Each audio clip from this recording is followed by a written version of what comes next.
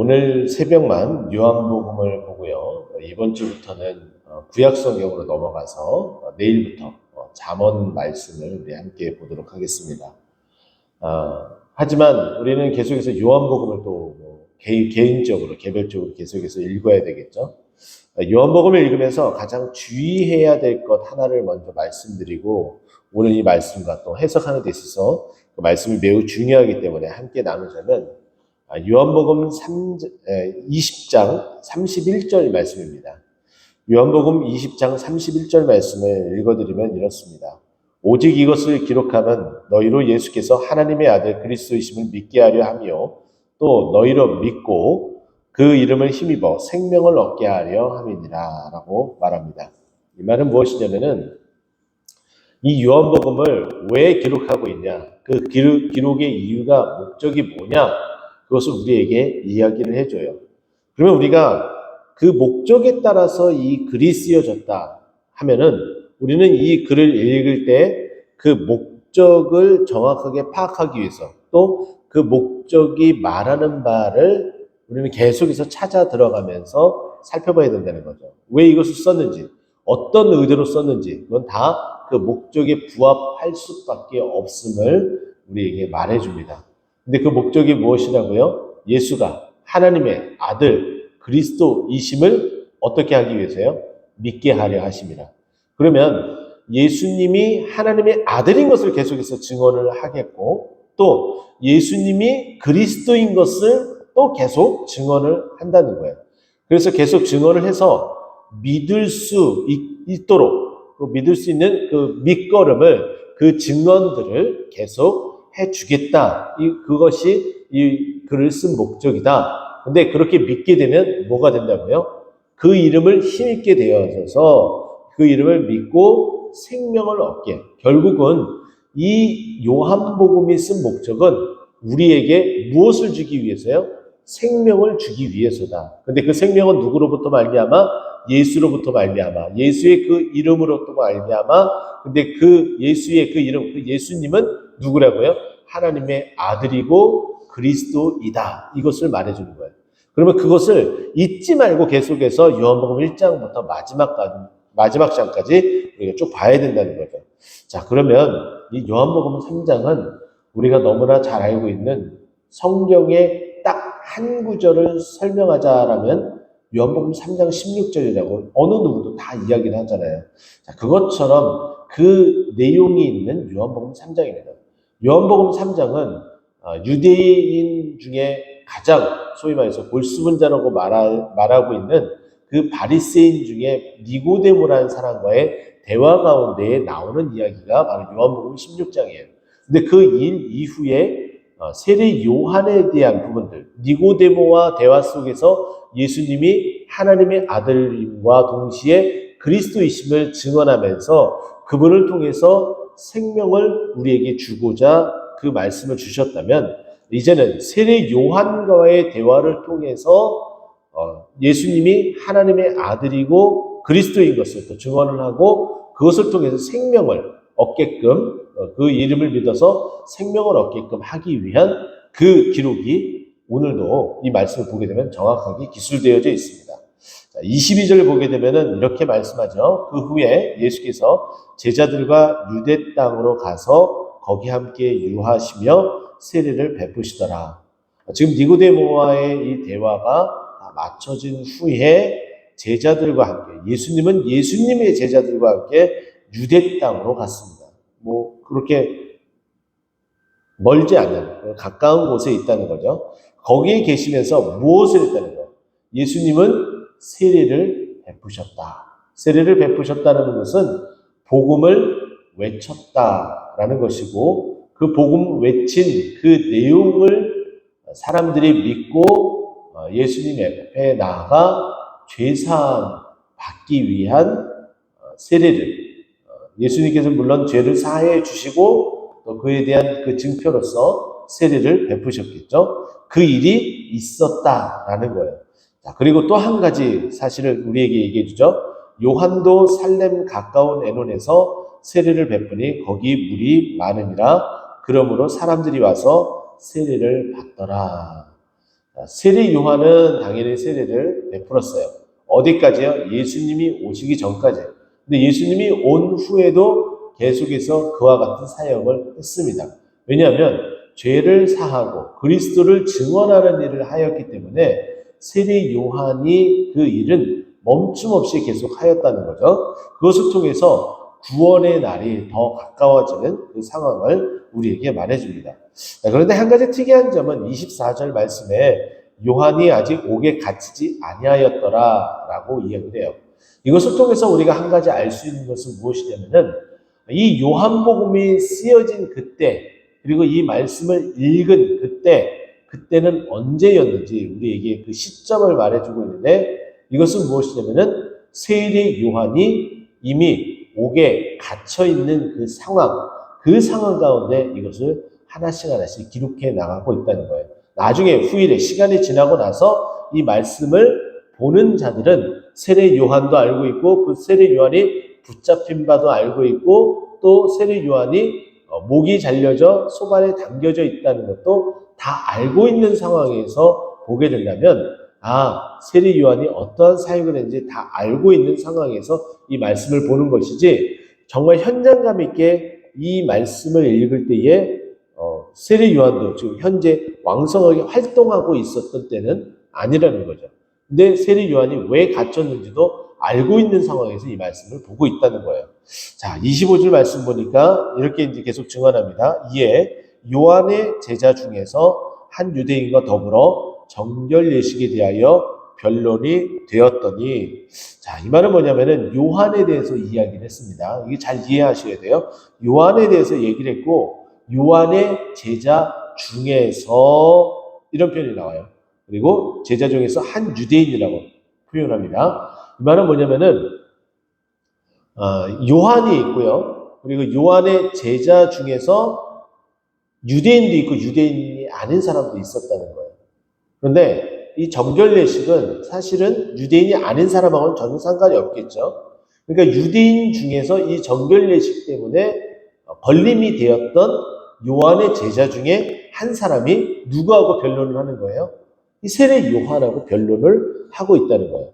왜? 무엇 때문에 그 내용이 있는지 보시기 바랍니다. 26절 그들이 요한에게 가서 이르되 랍비여 선생님과 함께 요단강 저편에 있더니 그 선생님이 증언하시던 이가 세례를 베풀매 사람이 다 그에게로 가더이다. 여기에 이제 그들이라라고 이야기를 했는데 여기 보면은 우리는 한 가지 이 말씀을 또 착각하면서도 오해할 수 있는데 25절에 보면 요한의 제자 중에서라는 표현이 이게 요한의 제자와 한 유대인을 따로 분리해서 생각을 해볼 수도 있어요.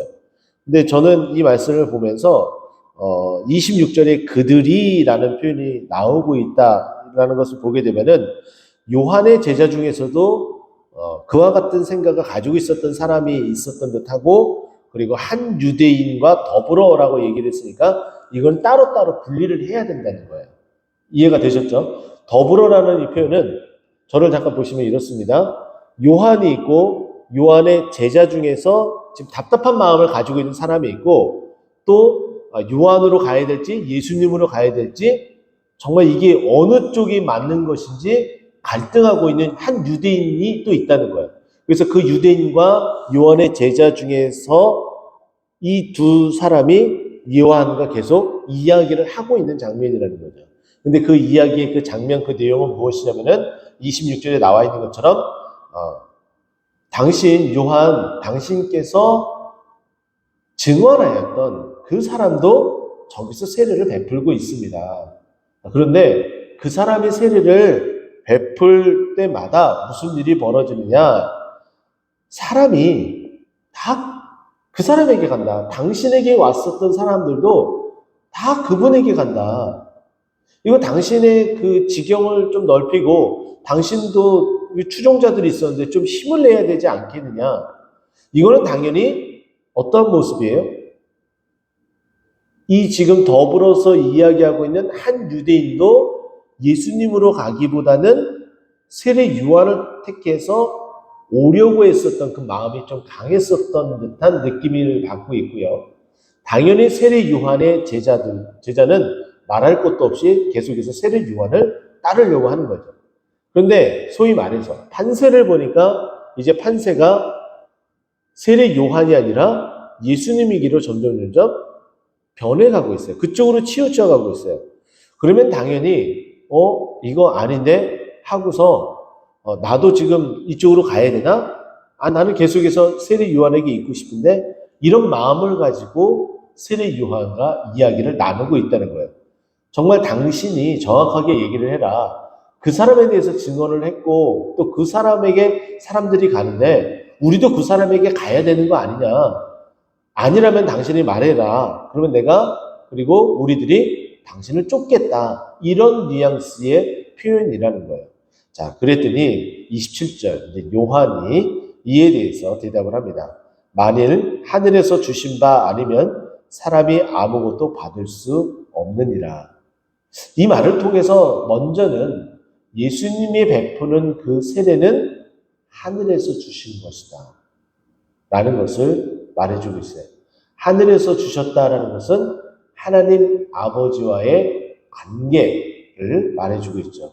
우리가 요한복음에 기록된 목적이 뭐라고 그랬죠? 예수님이 누구라고요? 하나님의 아들인 것, 그리고 그리스도인 것, 메시아인 것을 믿게 하려고. 그러니까 지금 예수님에 대해서 마지막까지 증언을 하고 있는 거예요. 그 세례는 하늘에서 주신 바이지 결코 자의적으로 임의적으로 한 것이 아니다. 이 말인즉슨 예수님의 세례를 증언함과 동시에 자기 자신도 그 세례를 하나님이 하시게끔 하였다. 근데 그 세례의 그 의미의 뜻은 뭐예요? 죄를 사해 주는 것이다. 그러니까 하나님께서 은혜를 베풀지 않으면 이런 일이 벌어지지 않는다라고 증언을 하는 거죠. 그러면서 이렇게 이야기합니다. 내가 말한 바 나는 그리스도가 아니요. 여기가 이제 핵심이라는 거예요. 여기가 이제 밑줄을 쳐야 되는데 여러분 보세요. 예수님이 이 기록의 목적이 하나님의 아들 그리스도이심을 믿게 하려 함이에요. 그런데 자기 자신은 뭐라는 거예요? 그리스도가 아니다라고 세례 요한이 얘기합니다. 그러면 동일하게 세례를 베푸는 근데 이 동일한 이 세례를 베풀었었던 이 세례는 하늘로부터 하나님께서 내려주신 것인데 이것은 메시아가 도래했을 때에 나타나는 현상, 그리스도가 있을 때에 나타나는 그 일들인데 나는 그리스도가 아니다. 그럼에도 하나님께서 이것을 허락해 주셨다. 그런데 저분은 누구다? 그리스도이면서 하나님께서 그리스도이기 때문에 너무나 당연하게 이 세례를 하나님이 허락해 주셨다. 이 말을 하고 싶었던 거예요. 가장 중요한 메시지라고 볼 수가 있겠죠. 그러면서 나는 그 그리스도가 오기 전에 무슨 일을 하기 위해서 여기 이제 뒷부분에 보면 그의 앞서 보내심을 받은 자이고 그를 증언하는 자이지 나는 결코 그리스도가 아니다. 그분이 그리스도다. 이렇게 세례 요한이 예수님을 증언하여 믿게끔 말하고 있는 거예요. 그것을 세례 요한이 실질적으로 말했던 것을 기록하면서 읽어나가면서 너희도 당시 세례 요한이 어떻게 사역했는지 알지? 그가 정말 하나님의 사자였기 때문에 소반에 이렇게 머리가 당겨져서 이렇게 죽게 된 것, 그리고 감옥에 갇힌 것 다 알지? 근데 그가 말한 것은 다 진실인 것 알지? 자기 자신은 그리스도가 아니라 자기 자신이 증언한 그 예수가 그리스도래 이렇게 말해주고 있는 거예요. 그러면서 이제 9절 말씀이죠. 신부를 취하는 자는 신랑이나 서서 신랑의 음성을 듣는 친구가 크게 기뻐하라니 나는 이러한 기쁨이 충만하였노라. 자, 이것을 통해서 이제는 무엇을 이야기하냐면은 우리와 예수 그리스도의 그 관계를 말해줍니다. 믿고 신뢰하며 따라가는 그 관계를 말해줘요. 예수님은 신랑이라는 거고 또 우리는 예수님을 믿고 따라가는 자들을 신부라고 지칭을 하고 있습니다. 그러면서 자신은 신랑이 아니다. 나를 따라서는 안 된다. 나는 그저 누구일 뿐이다. 신랑의 친구일 뿐이다. 그런데 신랑의 친구인데 신랑에게 이렇게 가는 그 신부의 그 모습을 보면서 나는 한량없이 기쁘다. 당신들이 가도 나는 기쁘다. 그리고 사람들이 나에게 왔다가 지금 그 예수님에게 가는데 나는 이거 너무 기쁘다. 당연히 그들은 신부이기 때문에 신랑에게 돌아가야 된다. 신랑은 오직 딱 한 번밖에 없고 나는 신랑이 아니라 그 신랑이라고 외쳐야 될 사람밖에 안 된다. 이 말을 해주고 있어요. 그러면서 지금 이 벌어지는 이 현상을 너무나 기쁘게 여기고 있다라고 말하고 있습니다. 자, 이거 매우 놀라운 이 증언인데요. 우리는 다시 한번 이런 마음을 좀 가졌으면 좋겠습니다. 여러분은 어떻게 생각할지 모르지만 우리 교회의 부흥을 원하십니까? 1번. 아니면 이 지역 양주 고읍과 옥정 일대의 부흥을 원하십니까? 2번. 여러분은 어떤 것을 선택하시겠습니까? 당연히 2번을 선택하셔야 된다는 거예요. 우리 교회가 잘 되는 것 너무 좋죠. 부흥되고 너무 기쁘죠. 감사하죠. 그런데 주님 나라와 영광을 위해서 우리 교회는 아주 자그마한 부분을 담당하는 것이지 우리 교회가 주가 돼서는 안 된다는 걸 말해주고 있어요. 마치 세례 요한처럼 그렇게 그리스도를 증언하는 일에 더 힘쓰고 애써야 된다는 거죠. 심지어는 세례 요한이 마지막에 이렇게까지 증언을 합니다. 그는 예수 그리스도는 흥해야 됩니다. 일어나야 됩니다. 그러나 나는 이제 역사의 뒤안 속으로 사라져야 됩니다. 쇠하여야 됩니다. 오직 그분만이 나타나야 됩니다. 우리 교회도 마찬가지겠죠. 우리 교회가 드러나기보다는 우리 교회 안에서 역사하시는 예수 그리스도가 더욱더 흥하고 드러나야 된다는 것. 이와 같은 고백이 우리의 고백이 되고 또 그로 말미암아 하나님께서 부어주시는 그 은혜로 함께 더불어 이렇게 부흥됐으면 바라는 그런 마음으로 이렇게 말씀을 전합니다. 기도하겠습니다.